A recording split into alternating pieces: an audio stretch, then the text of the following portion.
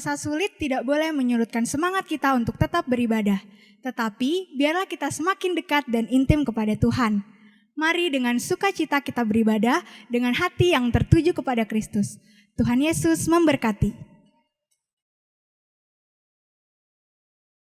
Happy Sunday semuanya! Banyak orang bertanya-tanya, apakah pandemi yang kita hadapi adalah tanda kedatangan Tuhan Yesus yang kedua kali? Sebelum kita menjawab pertanyaan tersebut, kita harus mengerti bahwa kedatangan Tuhan Yesus dapat dibagi menjadi dua tahapan. Tahapan pertama adalah pengangkatan gereja atau yang sering kita sebut dengan rapture. Pada tahapan ini, Tuhan Yesus akan datang di awan-awan dan menjemput kita untuk bersama-sama dengan Dia. Tahapan kedua adalah penampakan Kristus. Pada tahapan ini, Tuhan Yesus beserta orang-orang kudusnya akan mengalahkan antikristus di dalam perang Harmagedon, lalu mendirikan kerajaan 1000 tahun damai. Kita mempercayai bahwa pengangkatan gereja terjadi sebelum masa aniaya atau masa antikristus. Sehingga pertanyaannya adalah, apakah pandemi seperti COVID-19 saat ini dapat dikatakan sebagai tanda bahwa pengangkatan gereja atau rapture sudah dekat? Dalam Matius 24 ayat 4-12, Tuhan Yesus memberitahu murid-muridnya mengenai tanda-tanda yang akan terjadi menjelang kedatangannya yang kedua kali, yaitu yang pertama, goncangan-goncangan terhadap orang percaya. Yang kedua, goncangan-goncangan terhadap semua orang di bumi. Dan yang terakhir, pemberitaan Injil di seluruh dunia.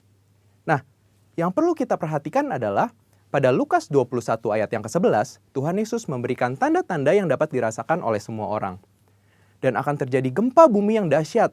Di berbagai tempat akan ada penyakit sampar dan kelaparan, dan akan terjadi juga tanda-tanda yang mengejutkan dan tanda-tanda yang dahsyat dari langit. Tanda-tanda yang Tuhan ungkapkan adalah kejadian yang harus terjadi, karena itu adalah bagian dari rencananya. Dan tanda-tanda ini akan terjadi berulang-ulang di dalam sejarah manusia sebelum kedatangan Tuhan Yesus. Kita telah melihat banyak goncangan terjadi terhadap orang percaya. Banyak orang Kristen dianiaya karena percaya kepada Tuhan Yesus. Goncangan-goncangan juga terjadi kepada semua orang di bumi, seperti bencana alam, krisis ekonomi, bahkan merebaknya sakit penyakit. Efek dari goncangan-goncangan ini adalah meluasnya pemberitaan Injil, karena orang semakin mencari Tuhan di tengah penderitaan. Dan goncangan juga mendorong kita untuk segera melakukan apa yang Tuhan perintahkan, khususnya amanat agung. Dari pengertian ini, dapat kita simpulkan bahwa pandemi dapat dikatakan sebagai bagian dari tanda-tanda kedatangan Tuhan Yesus yang kedua kali. Saudara, yang perlu diingat adalah kita tidak dapat mengatakan bahwa setelah pandemi ini Tuhan Yesus pasti akan langsung datang. Tetapi, kita juga tidak bisa berkata bahwa sesudah pandemi ini Tuhan Yesus pasti tidak akan datang. Karena Tuhan Yesus jelas mengajar bahwa orang percaya tidak dapat menghitung atau menduga kapan waktu kedatangannya. Tidak ada yang tahu. Tetapi kita diminta untuk mempersiapkan diri menyambut kedatangannya. Mengenai kedatangan Tuhan Yesus yang kedua kali yang sudah amat dekat juga sudah disampaikan Roh Kudus sejak 2009 kepada Pastor Niko Nyotora Harjo.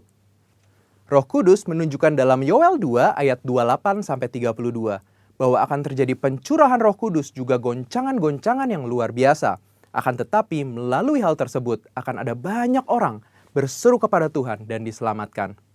Tahun 2013, Tuhan memberikan pernyataan melalui Pastor Niko bahwa yang dimaksud dengan pencurahan Roh Kudus adalah Pentakosta yang ketiga. Sejak saat itu, Pentakosta ketiga aktif disebarkan di mana-mana. Pastor Russell Evans dari Planet Shakers Church, Australia mendapat penglihatan bahwa Roh Kudus sedang dicurahkan di Indonesia. Ada kebangkitan jutaan anak-anak muda yang penuh Roh Kudus, yang cinta mati-matian akan Tuhan dan akan melayani dengan cara yang belum pernah dilihat sebelumnya. Ini adalah jawaban doa bagaimana Pentakosta ketiga akan terjadi khususnya di Indonesia. Pentakosta ketiga juga diteguhkan oleh banyak hamba Tuhan baik dalam dan luar negeri di Empower 21, yaitu bahwa kegerakan ini akan lebih besar daripada pencurahan Roh Kudus di Azusa Street. Roh Kudus memberi pengertian bahwa Pentakosta ketiga akan menuntaskan amanat agung dan setelah itu Tuhan Yesus akan datang kembali. Kita percaya bahwa ini pasti terjadi. Kita dapat mengambil kesimpulan bahwa pandemi yang sedang terjadi hari-hari ini adalah bagian dari tanda-tanda penggenapan Pentakosta ketiga, di mana pencurahan Roh Kudus dan goncangan yang terjadi akan mengakibatkan banyak orang berseru kepada Tuhan dan diselamatkan. Artinya, amanat agung Tuhan sedang digenapi.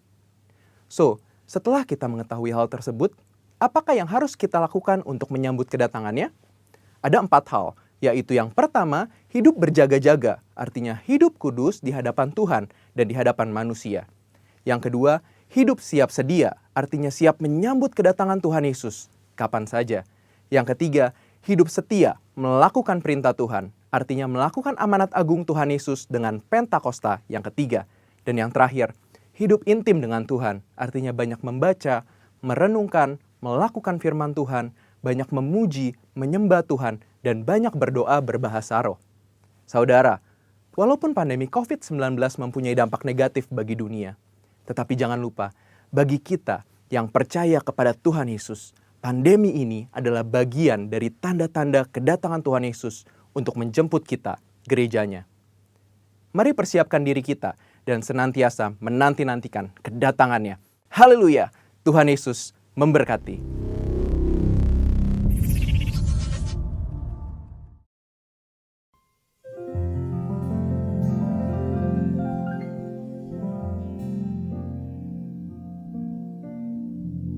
Shalom Bapak Ibu Saudara kasih dalam Tuhan. Selamat bertemu kembali. Kita boleh sama-sama beribadah pada saat ini. Meskipun kita beribadah hari ini di rumah kita masing-masing, tetapi tidak mengurangi anugerah, berkat, dan kasih Tuhan atas setiap kita. Terpenting bagi kita hari-hari ini, mari datang kepada Tuhan dengan kerinduan, dengan kehausan dan kelaparan akan Dia. Dan miliki mari satu sikap hormat, rasa takut, gentar akan Tuhan. Sebab Dia Tuhan segala Tuhan. Sebab Dia Allah segala Allah, pencipta alam semesta, penguasa jagat raya, bahkan penguasa hidup saudara dan saya. Mari saudara, hari ini kita bawa hati kita, bawa nyanyian kita, bawa penyembahan kita kepada Dia yang besar. Pemazmur berkata, besarlah Tuhan, sungguh layak dipuji, dan kebesarannya sungguh tidak terduga. Hari ini apa yang kau harapkan, apa yang kau nantikan untuk Tuhan kerjakan bagi setiap kita. Mari datang padanya, nantikan Dia. Tepuk tangan bagi Tuhan kita. Haleluya. Oh haleluya. Makasih Tuhan, Engkau hadir tengah kami Tuhan Yesus. Mari sama-sama katakan, Yesus kami puja, kami sembah sebagai Raja, berdiri di tengah kami, ditinggikan dan dipuji. Katakan kembali, Yesus, Yesus kami puja, kami sembah sebagai Raja, berdiri di tengah kami, ditinggikan dan dipuji. Angkat suara sama-sama, sembah dan puji nuhitamu, sembah dan puji nuhitamu, sembah dan puji nuhitamu. Yesus Tuhan adalah Raja. Mari tepuk tangan bagi Allah kita yang hadir tengah kita hari ini. Yesus kami puja, kami sembah sebagai Raja, berdiri di tengah kami, ditinggikan dan dipuji. Oh sembah Dia, sembah dan puji nuhitamu, Sembah dan puji penuhi tatamu. Sembah dan puji penuhi tatamu. Yesus Tuhan adalah. Sembah dan puji penuhi tatamu. Sembah dan puji penuhi tatamu. Sembah dan puji penuhi tatamu. Sembah dan puji penuhi tatamu. Yesus Tuhan, kami angkat tangan bersama-sama di hadapan-Mu. Oh, sembah dan puji, ya Tuhan, penuhi tahta-Mu. Sembah dan puji, Ya Tuhan, sembah dan puji, Yesus Tuhan adalah. Mari, oh, sama-sama katakan sembah, sembah dan puji penuhi tahta-Mu. Oh Tuhan, dan puji penuhi tahta-Mu. Sembah dan puji penuhi tahta-Mu. Yesus Tuhan adalah. Mari musik akan memuji Tuhan. Kita arahkan hati, arahkan iman, arahkan pengharapan kepada Allah kita, Yesus Tuhan.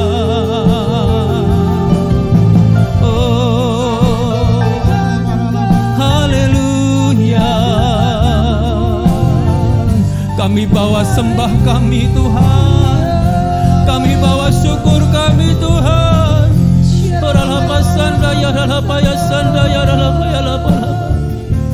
Oh, biar ini jadi dupa yang harum di hadapan-Mu Tuhan. Biar ini jadi ukupan wangi-wangian yang menyenangkan hati-Mu Bapa. Dengan sehati, dengan sepikir bersama katakan, oh, sembah dan puji penuhi tahta, ya Tuhan. sembah dan puji, penuhi tahta-Mu. Haleluya, sembah dan puji penuhi tahta-Mu. Yesus Tuhan. Sekali lagi, angkat tanganmu, angkat imanmu, katakan sembah, sembah dan puji penuhi tahta-Mu.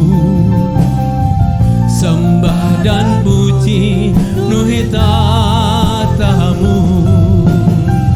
Sembah dan puji penuhi tahta-Mu. Yesus Tuhan adalah. Yesus Tuhan, Yesus Tuhan adalah. Oh, Yesus Tuhan, Yesus Tuhan adalah Raja. Mari sembah Dia, Raja segala raja. Mari sanjung Dia, Tuhan segala Tuhan. Haleluya. Ora pasanda ya ralaba. Yesus Tuhan, Yesus Tuhan. Ini mazmur kami Tuhan. Ini nyanyian hati kami Tuhan. Nyanyian iman kami, nyanyian pengharapan kami Tuhan. Haleluya. Ora pasanda ya ralago. Mari dengan hormat, dengan takut, dengan gentar datang pada hadirat-Nya. Angkat suaramu, angkat imanmu, angkat hatimu. Ya ralaba ya se. Ralaba ya ralaba. Haleluya. Oh, kudus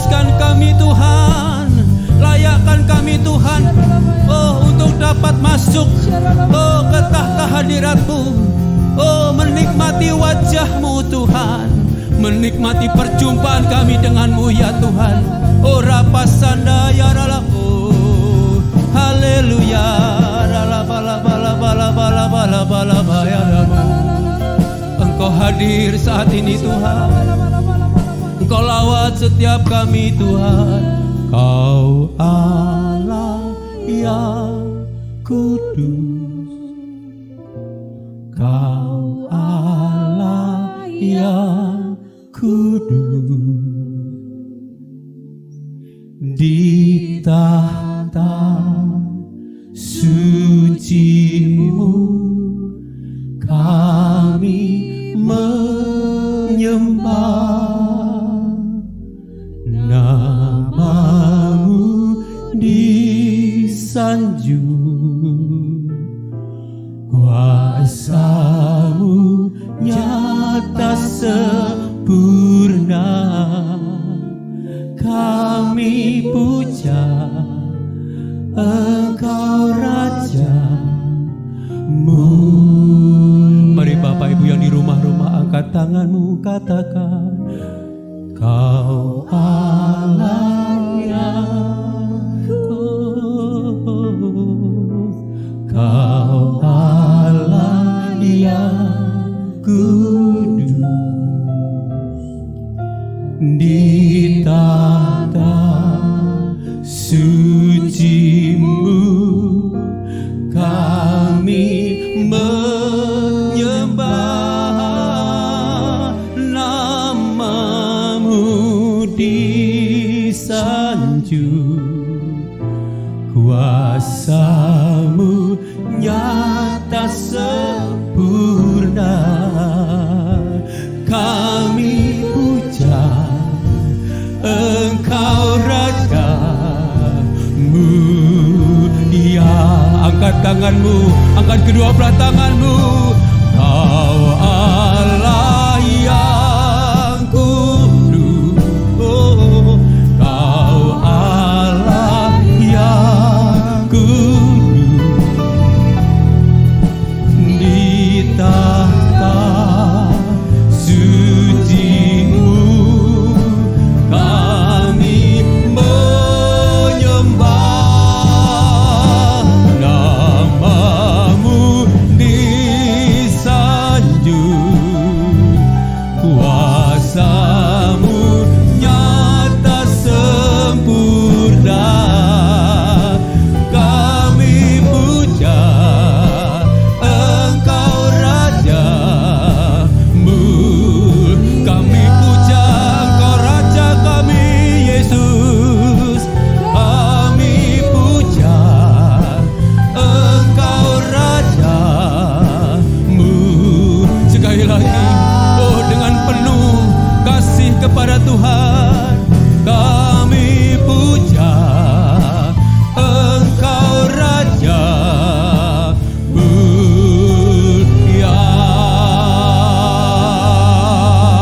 tepuk tangan bagi Allah kita, Raja di atas segala raja, Tuhan segala Tuhan,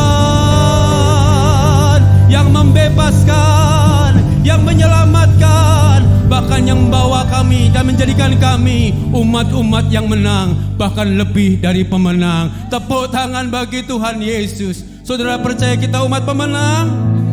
Sebagai umat pemenang, mari sorak-sorai bagi Tuhan. Sekali lagi. Yes. Oh.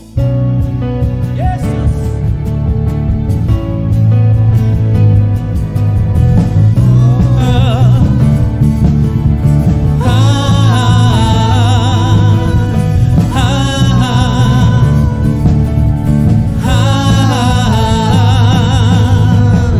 Lebih dari pemenang dalam segala perkara, iblis tak dikalahkan oleh kuasa darahnya. Jika Allah di pihak kita, siapa dapat melawan? Kita lebih dari pemenang. Haleluya, haleluya. Kibarkanlah panjinya, Yesus Raja.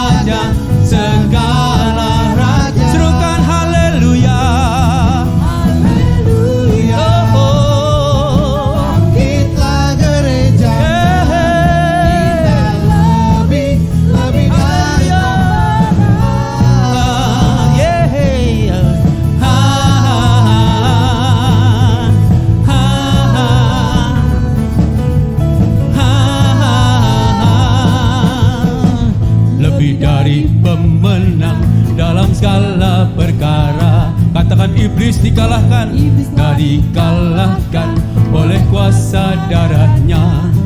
Jika Allah di pihak kita, siapa dapat melawan?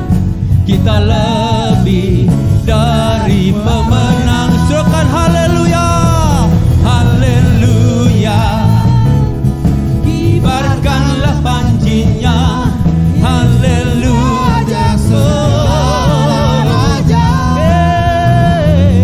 Haleluya. Bangkitlah gerejanya, kita lebih dari mari drum saja, katakan sama-sama haleluya. Kibarkanlah panjinya, Yesus saja segala raja. Haleluya. Bangkitlah gerejanya, kita lebih dan lebih lagi. Haleluya. Haleluya. Kibarkanlah panjinya, Yesus raja segala raja. Haleluya.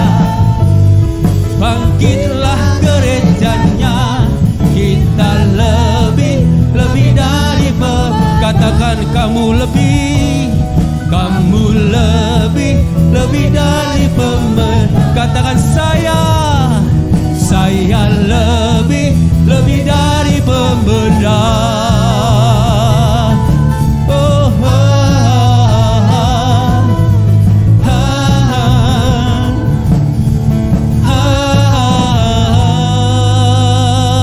Tepuk tangan bagi Allah kita. Haleluya. Sungguh hati kami bersuka cita Tuhan. Sungguh hati kami berbahagia Tuhan Yesus. Karena perbuatan-Mu yang ajaib, kami dijadikan orang-orang yang menang, bahkan lebih dari pemenang, melewati segala hal yang terjadi, melewati segala musim hari-hari ini Tuhan. Asal Tuhan ada di pihak kami percaya kemenangan ada di pihak kami. Bila Tuhan ada di pihak kami, firman Tuhan berkata, siapa lawan kami? Sebab kami punya Tuhan yang besar, sebab kami punya Tuhan yang dahsyat. Namanya Yesus, namanya Tuhan Yesus. Mari angkat tanganmu, angkat imanmu, katakan sama-sama. Aku punya Tuhan yang besar, yang telah berjanji dan sanggup menggenapi. Imanku bersepakat percaya kuasa-Nya, ku terima sekarang kemenangan dan Bapak Ibu sendiri katakan, aku punya Tuhan yang besar, yang telah berjanji dan sanggup menggenapi. Imanku bersepakat percaya kuasa-Nya, ku terima sekarang kemenangan darimu. Mari tepuk tangan bagi Allah kita yang luar biasa, Yesus namanya. Ku hidup karena percaya, Kau yang berjanji setia. Pengharapanku selalu ada di dalam-Mu. Kami tak akan menyerah Tuhan, ku tidak akan menyerah, meski dalam kesesakan. Seluruh hidupku dalam genggaman-Mu, Mari angkat suaramu saudaraku, katakan. Aku punya Tuhan yang besar, yang telah berjanji dan sanggup menggenapi. Imanku bersepakat, percaya kuasanya. Ku terima sekarang kemenangan. Dah lagi katakan, aku punya Tuhan yang besar, yang telah berjanji dan sanggup menggenapi. Imanku bersepakat, percaya kuasanya. Ku terima sekarang kemenangan. Dah biar musik memuji Tuhan. Mari bawa imanmu saudaraku. Uraba sanda ya laba ya laba ya laba ya laba. Oh, mari rasakan penyertaannya. Mari rasakan kasih setianya.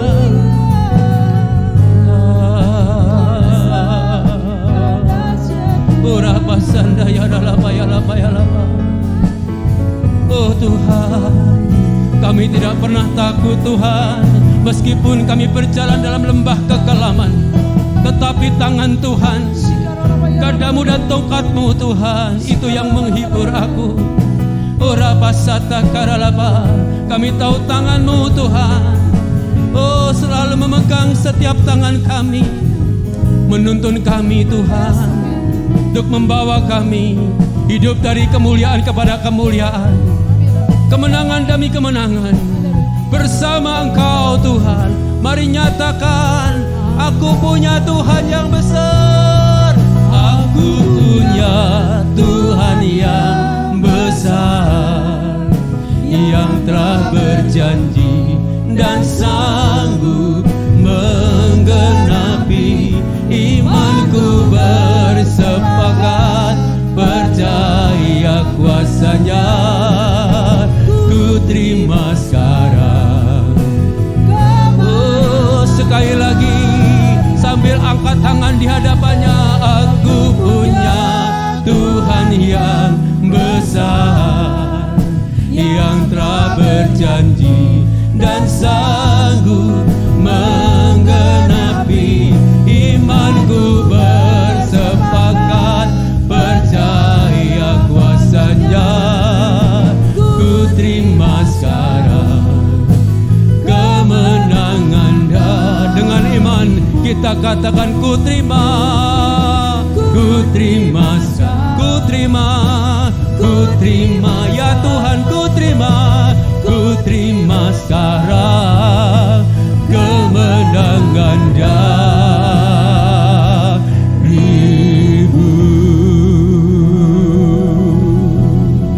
Urapa Yesus.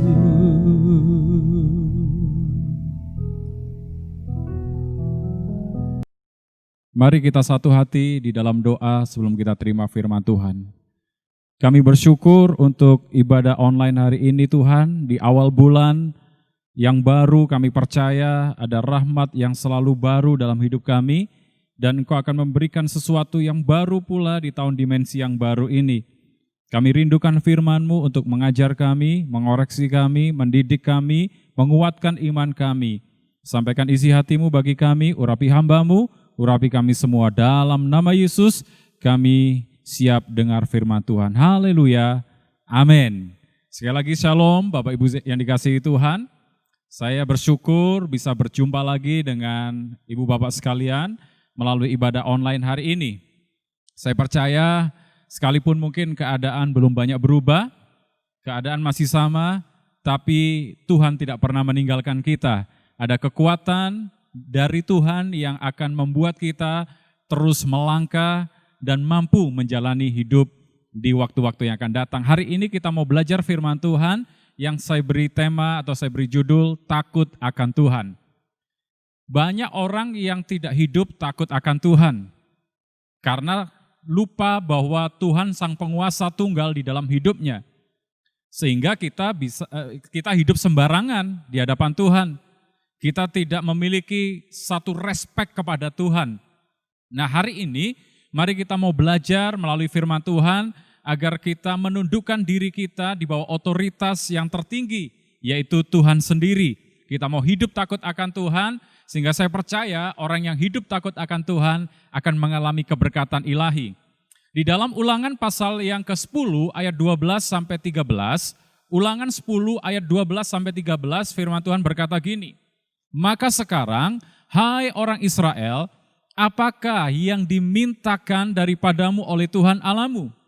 Selain dari takut akan Tuhan Allahmu, hidup menurut segala jalan yang ditunjukkannya, mengasihi Dia, dan beribadah kepada Tuhan Allahmu dengan segenap hatimu dan dengan segenap jiwamu, berpegang pada perintah dan ketetapan Tuhan yang kusampaikan kepadamu pada hari ini, supaya baik keadaanmu." Ini adalah sebuah firman yang berisi dengan janji yang akan digenapi oleh Tuhan waktu setiap kita melakukan seperti apa yang Tuhan minta melalui ayat ini.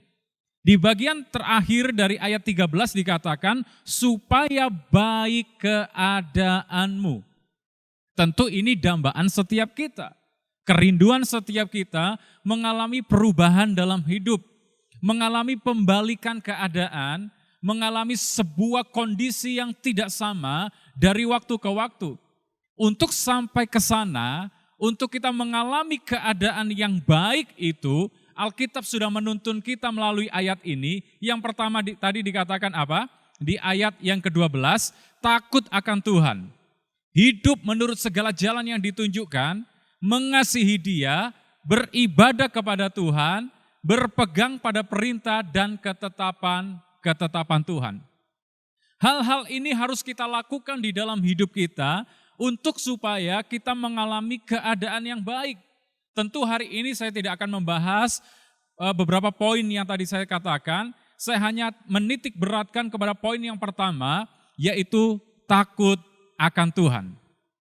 Takut akan Tuhan ini tidak seperti keadaan, kondisi di mana kita takut terhadap setan, kita takut terhadap orang jahat, kita takut dengan ketinggian atau fobia, kita menjadi orang penakut, tidak sama seperti itu.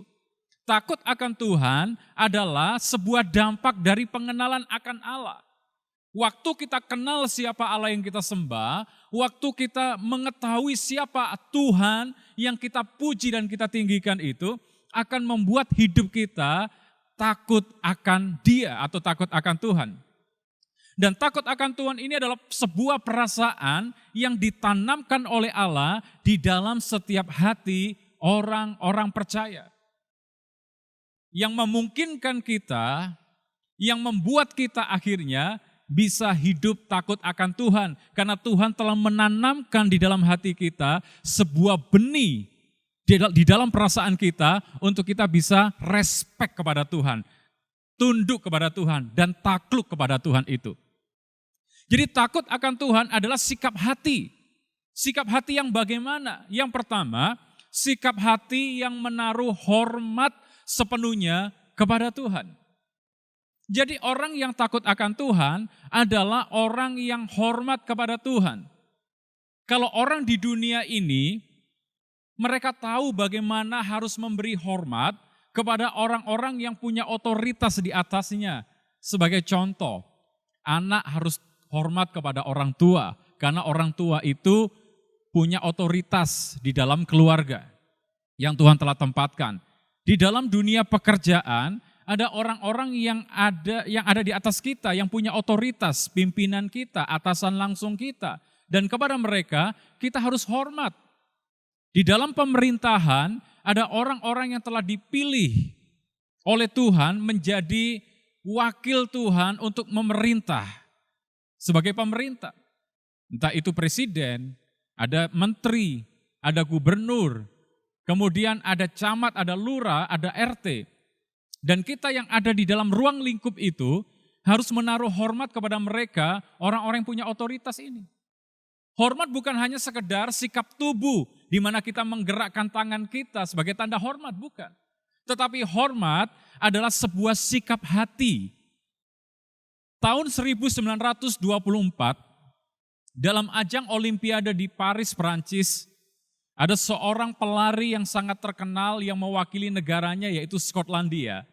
Nama pelari ini adalah Eric Liddell. Eric Liddell adalah seorang pelari jarak 100 yard. 100 yard itu kurang lebih 91,44 meter. Dia spesialisasi berlari jarak tersebut. Lalu singkat cerita dia diutus oleh Skotlandia untuk mewakili negaranya dalam Olimpiade tahun 1924 itu di Paris.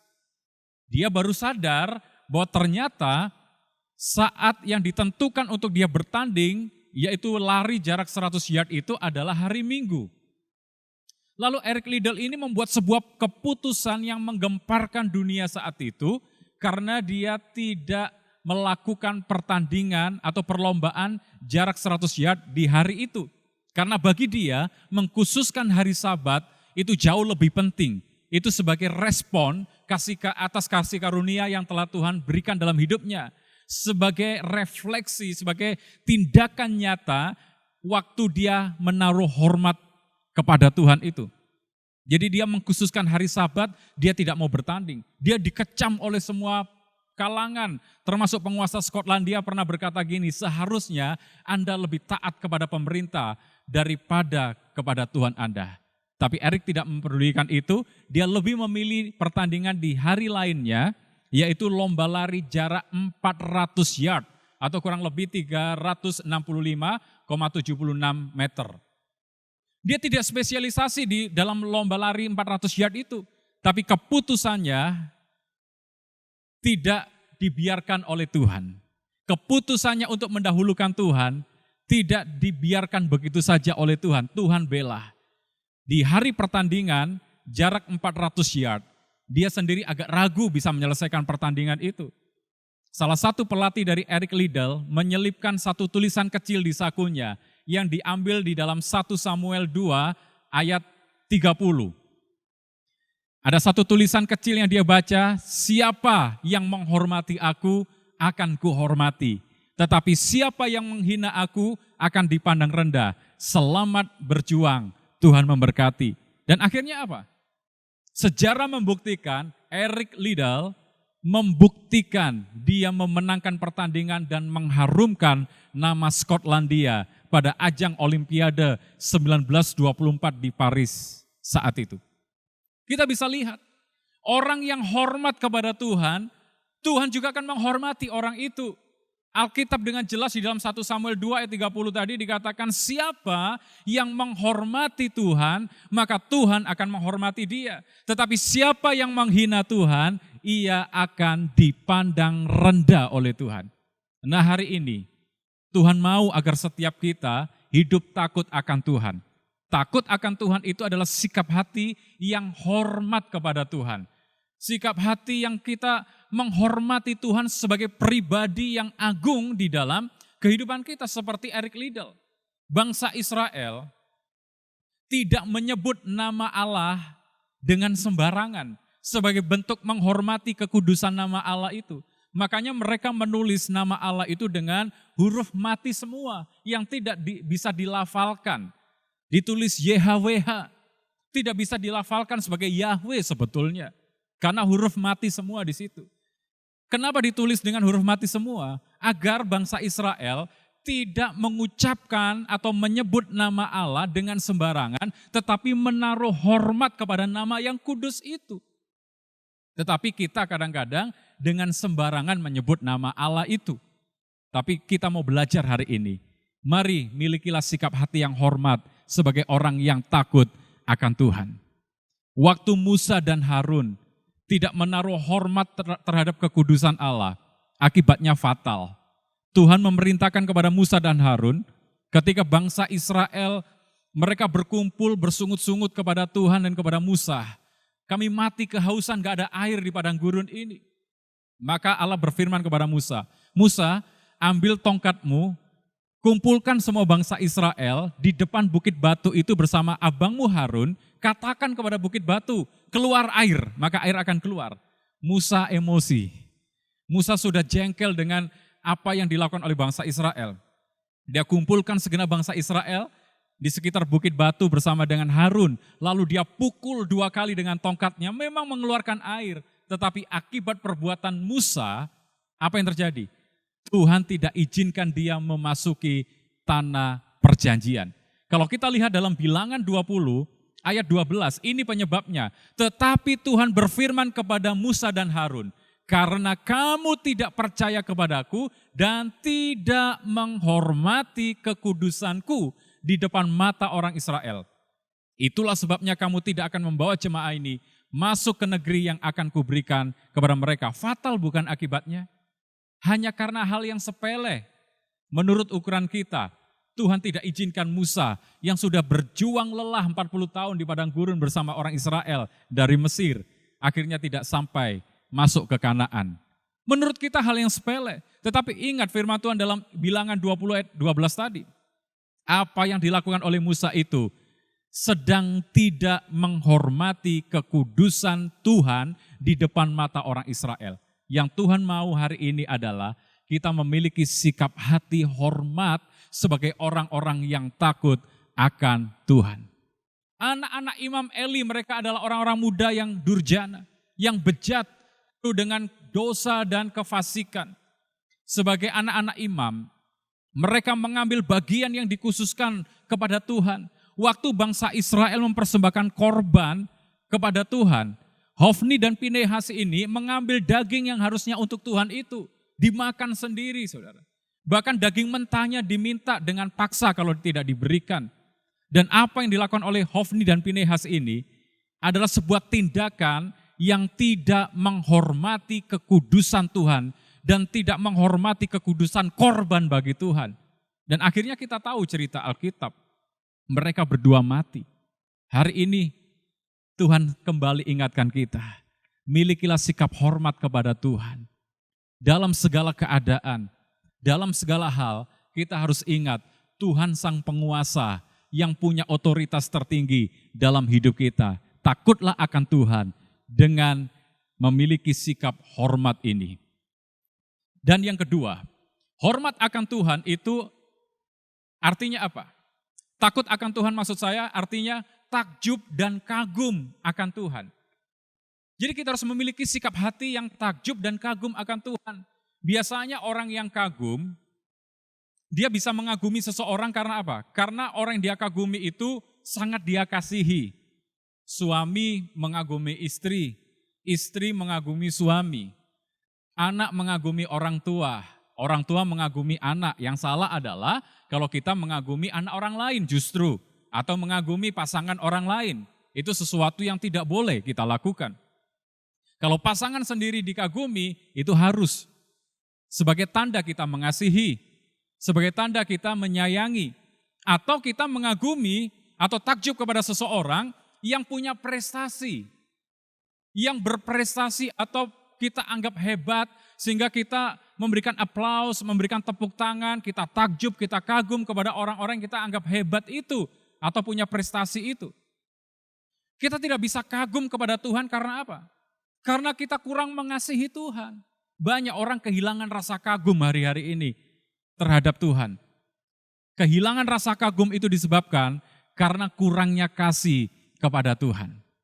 Kasih kita kepada Tuhan akan nampak dari bagaimana setiap kita mengekspresikan kekaguman kita kepada Tuhan.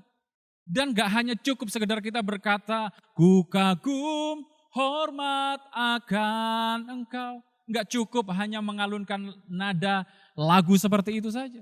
Tetapi dalam kehidupan nyata sehari-hari, ekspresikan kekaguman, ketakjuban kita kepada Tuhan, yang akhirnya membuat mulut kita tidak henti-hentinya mengeluk-elukan Tuhan, memuji-muji Tuhan, menyembah Tuhan. Orang yang kagum akan Tuhan, tanpa disuruh, saudara. Tanpa dikomando dalam ibadah oleh worship leader, kita akan langsung secara spontan dengan sukacita mengagungkan Tuhan, bertepuk tangan bagi Tuhan. Itu orang yang kagum, orang yang takjub akan Tuhan. Tapi sebaliknya, orang yang kehilangan rasa kagum kepada Tuhan akan gampang bersungut-sungut seperti bangsa Israel. Dia gampang melupakan kebaikan Tuhan Yang dilihat masalah, yang dilihat tantangan, yang dilihat kesulitan, yang dilihat adalah hal-hal yang menyesakan di dalam hidupnya, akhirnya membuat dia bersungut-sungut, dia lupa bahwa dia punya Tuhan yang besar. Hari ini, untuk kita bisa melewati masa-masa sulit ini, mari milikilah rasa kagum dan takjub akan Tuhan. Bahwa Tuhan sanggup melakukan segala sesuatu. Ketakjuban, kekaguman akan Tuhan membuat mulut kita terus bersyukur dan tidak gampang khawatir di dalam kehidupan kita. Kita kagum, kita takjub karena Tuhan yang menopang hidup kita. Tuhan yang mengendalikan segala sesuatu di dalam hidup kita.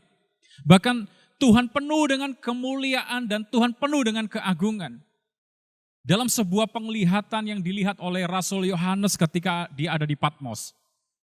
Dia melihat kemuliaan Tuhan Yesus yang begitu punya semarak keagungan dan penuh kemuliaan itu.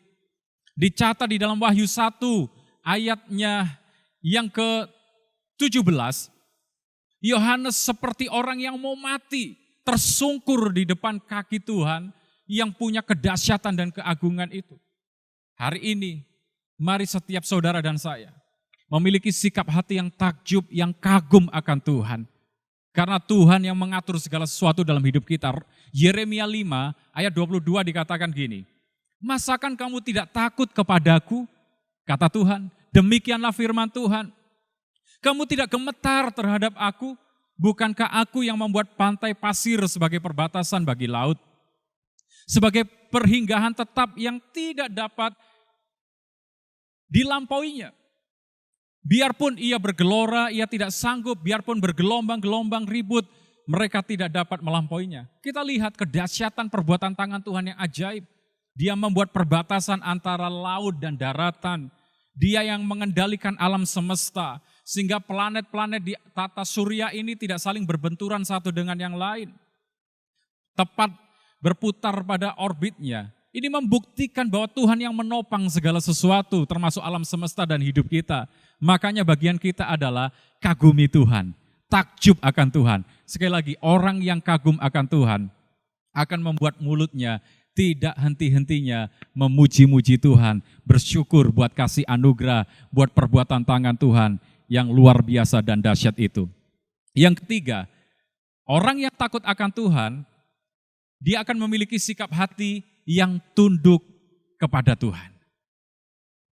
Yakobus 4 ayat 7 dikatakan, karena itu tunduklah kepada Allah dan lawanlah iblis, maka ia akan lari daripadamu. Banyak orang dengan percaya dirinya mengklaim bahwa iblis akan lari ketika kita ada di dekatnya atau menghardik dia. Tapi kuasa itu akan Tuhan berikan, otoritas itu akan Tuhan berikan ketika kita menundukkan diri kita di bawah otoritas tertinggi, yaitu Tuhan Yesus.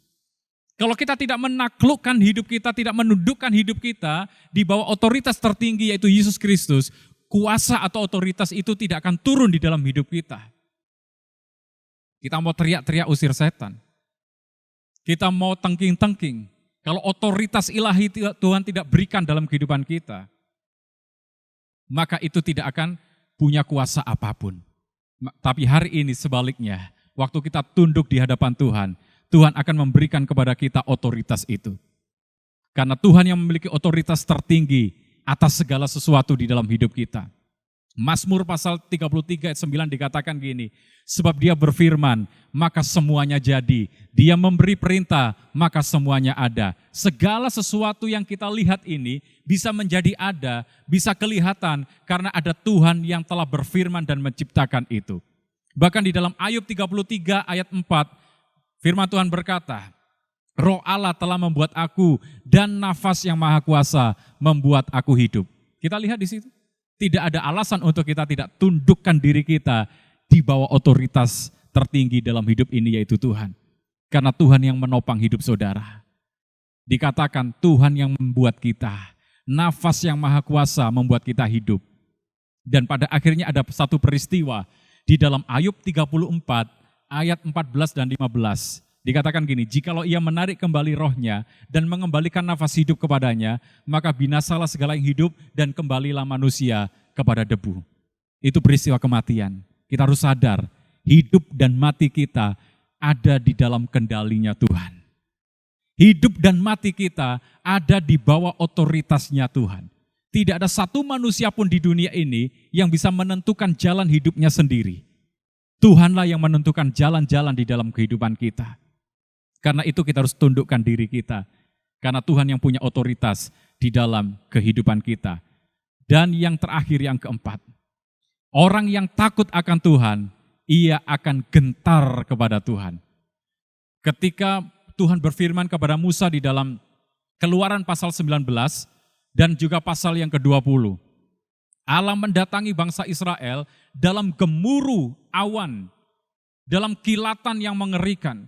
Bangsa Israel itu menyaksikan guru gemuntur, kilat sabung menyabung, sangkakala berbunyi, dan gunung-gunung berasap, dicatat di dalam Keluaran pasal 20. Maka bangsa itu dikatakan takut dan gemetar, dan mereka berdiri jauh-jauh. Mereka tidak merasa berkuasa untuk mendengarkan gemuruh Allah yang maha dahsyat itu. Kalau kita lihat, bangsa Israel akhirnya nyerah. Sudahlah Musa, engkau saja yang mewakili kami bertemu dengan Allah di Gunung Sinai. Kalau kami terus-terusan mendengarkan suara Allah yang menggelegar seperti ini, kami takut, kami gentar, kami akan mati. Kegentaran seperti itu yang Tuhan inginkan ada di dalam kehidupan kita sebagai orang-orang yang takut akan Tuhan.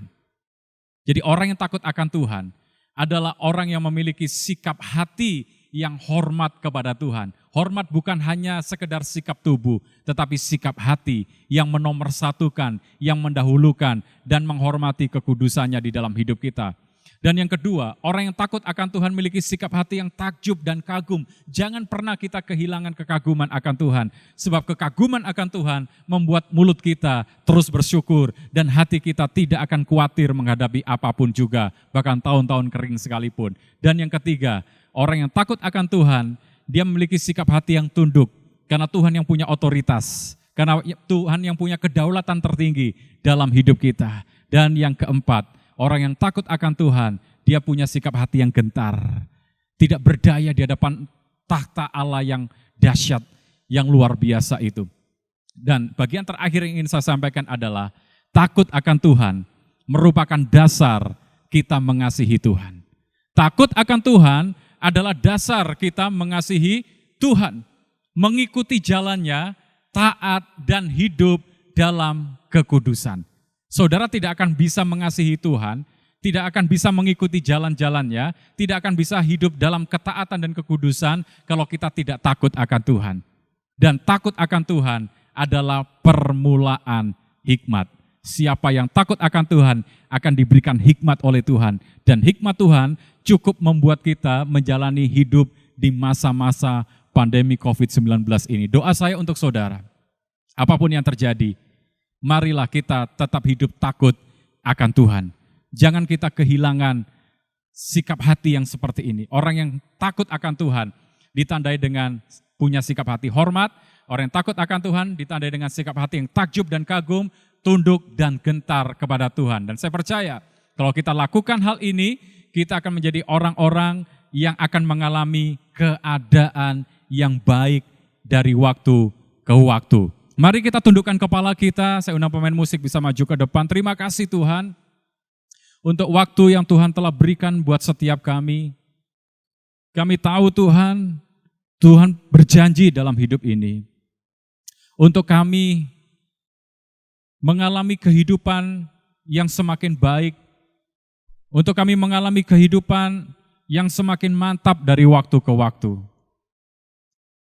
Karena itu kami pegang janji-Mu. Kami klaim janji-Mu. Hanya yang Tuhan mau adalah setiap kami hidup takut akan Tuhan.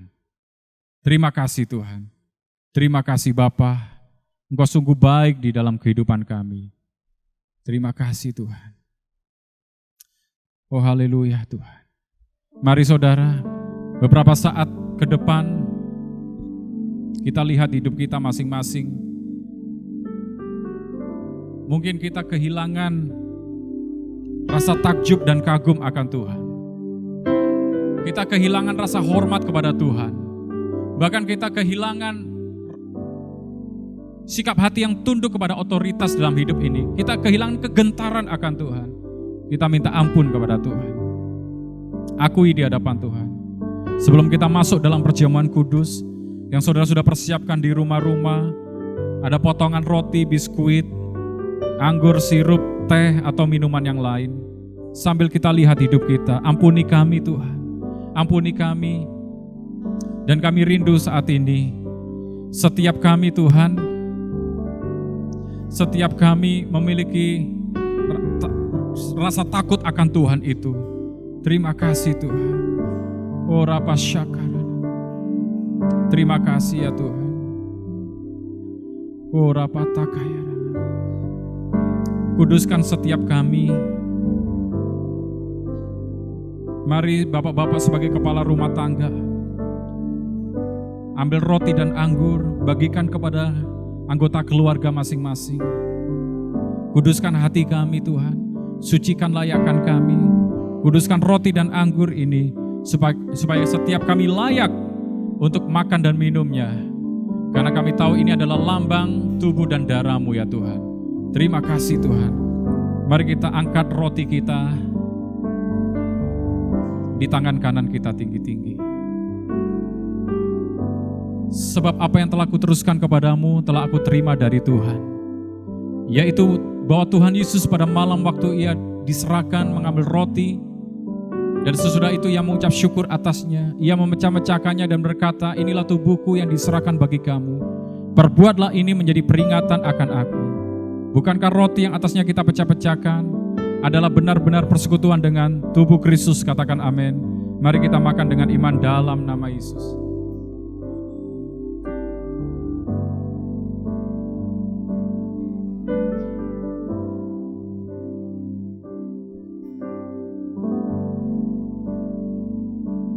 Mari angkat cawan anggur kita di tangan kanan kita tinggi-tinggi. Demikian juga ia mengambil cawan sesudah makan lalu berkata, cawan ini adalah perjanjian baru yang dimeteraikan oleh darahku. Perbuatlah ini setiap kali kamu meminumnya menjadi peringatan akan aku. Bukankah cawan anggur yang atasnya kita mengucap syukur adalah persekutuan dengan darah Yesus? Katakan amin. Mari kita minum dengan iman dalam nama Yesus. Mari angkat tangan kita. Terima kasih, kami bersyukur Tuhan, kami bersyukur. Terima kasih Tuhan, terima kasih Tuhan. Oh, kami bersyukur, kami berterima kasih Tuhan. Haleluya. Terima kasih Tuhan. Terima kasih Tuhan. Terima kasih Tuhan. Haleluya.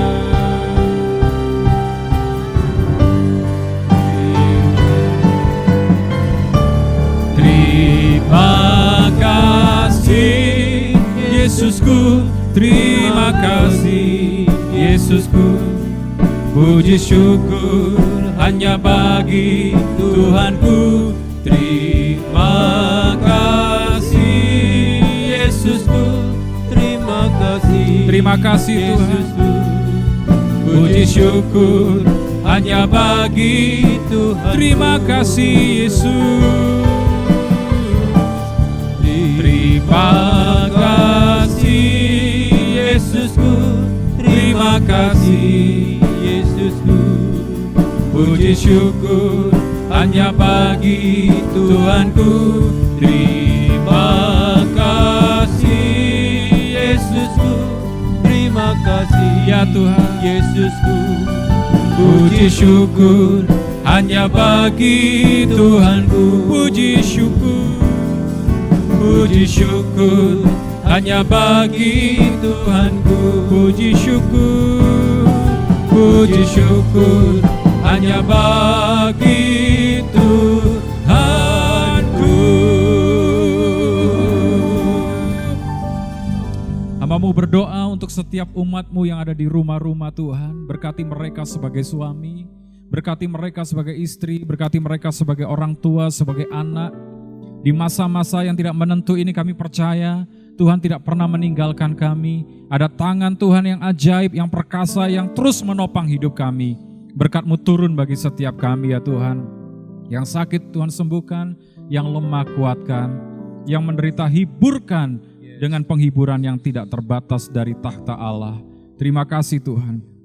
Bangsa Indonesia Tuhan berkati, kota kami Jakarta juga Tuhan berkati. Perlindungan Allah ada atas bangsa negara yang kami kasih Indonesia, dan ada atas kota Jakarta. Terima kasih. Mari Bapak Ibu, kita arahkan hati kita angkat tangan di hadapan Tuhan.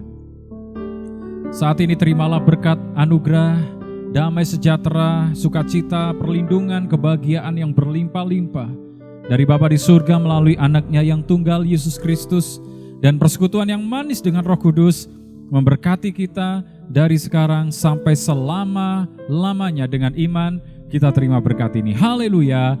Amin. Tuhan memberkati kita.